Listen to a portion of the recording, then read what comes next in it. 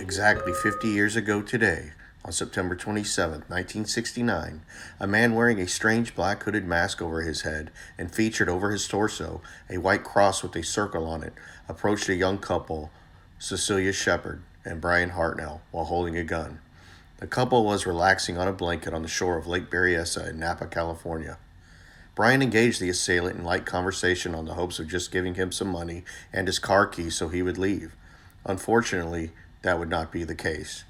The man pulled out some pre-cut rope from his waist and had the couple tie each other up, then ordered them to lie on their stomachs as he proceeded to stab them both with a massive knife.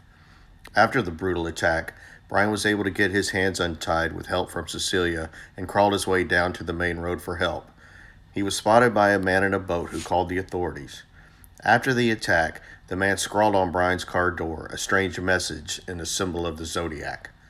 Miraculously, Brian would survive the ordeal, but sadly, Cecilia would succumb to her wounds 2 days later.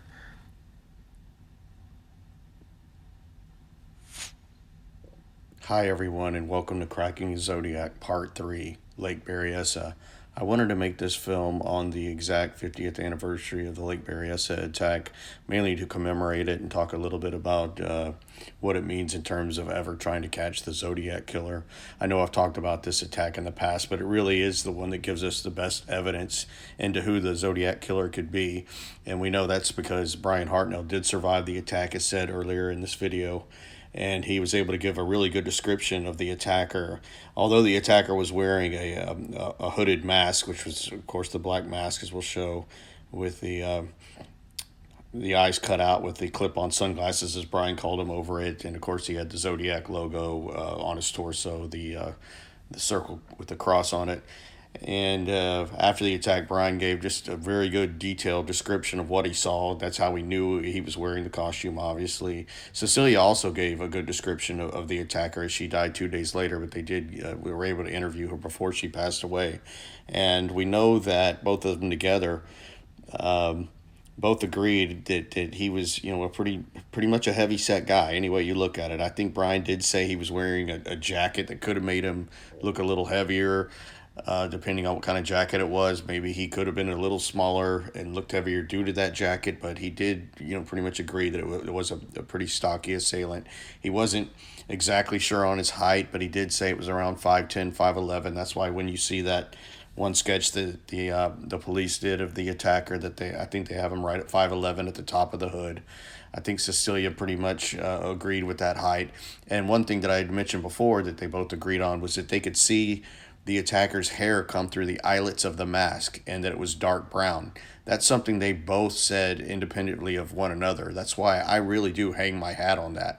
I really think that the Zodiac killer had long hair in the middle, I guess the part of his bangs coming down over his eyes. I think at that point he had long hair. I do subscribe to the theory that he cut his hair before the Paul Stein cab attack.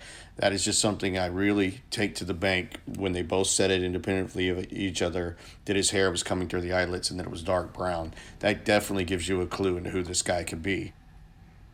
Another clue we can gain from the Lake Berryessa attack was the fact that the Zodiac used a knife instead of a gun that he had used in the previous two attacks, or the final attack, which was the killing of Paul Stein, the cab driver. I believe firmly that the Zodiac must have been a pretty avid hunter. As Brian Hartnell described, the blade of the knife is about a foot long in a sheath that was alongside the leg of the Zodiac, where it was probably attached to his waist somehow. That's a pretty long knife.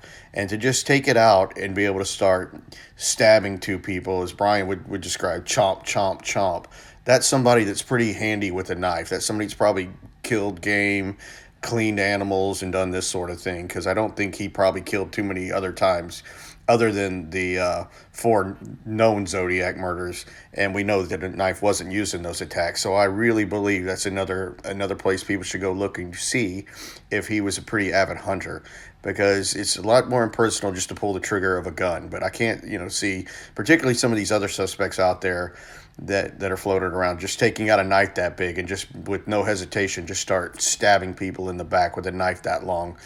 That definitely gives me a clue that I believe that the Zodiac was a pretty avid hunter. up in the mountains, or whatever he did, probably killed some animals and ate them and things like that. I just that's definitely somebody that doesn't hesitate to know what it feels like to stab into some form of flesh with a blade. And going back real quick to that drawing that was done by the police right after the Lake Berryessa attack of the Zodiac that Brian and Cecilia described, you can see on the right hand side where it says the words "big stomach," and I think that came from Brian, if I recall correctly, where he said that he could see the belly of the Zodiac look like it was coming out over his belt. He couldn't see his belly, but that's what it looked like to him. Like he had basically a beer belly. I can't remember the exact words that Brian used, but that's what it looked like to him. So I think we can definitely get a clue from that. If your suspect is somebody really thin, that's going to hurt you, because I think Brian was pretty sure that's how it looked. They did say he was stocky, and Brian did say it looked like he had a belly coming over his belt. I think it might say to the right of that, a little more to the right of where it says that it could be rope, but the Zodiac had already taken out his rope and had them tied up with it, and I think it came maybe from the back.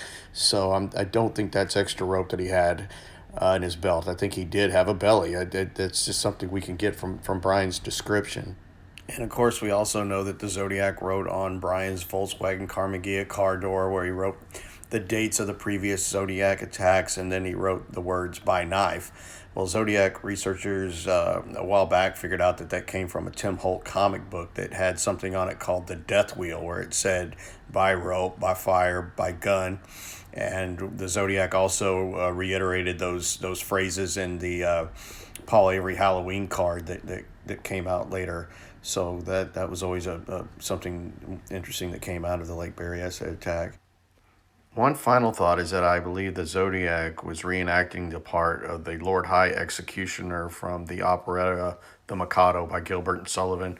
We know that he was really influenced by that play, by things that he would write in the letters. The Tit Willow, that comes from the Mikado. The Little List letter, obviously the Little List is a song in the Mikado that's actually sung, I think, by that character, the Lord High Executioner, which is named Coco.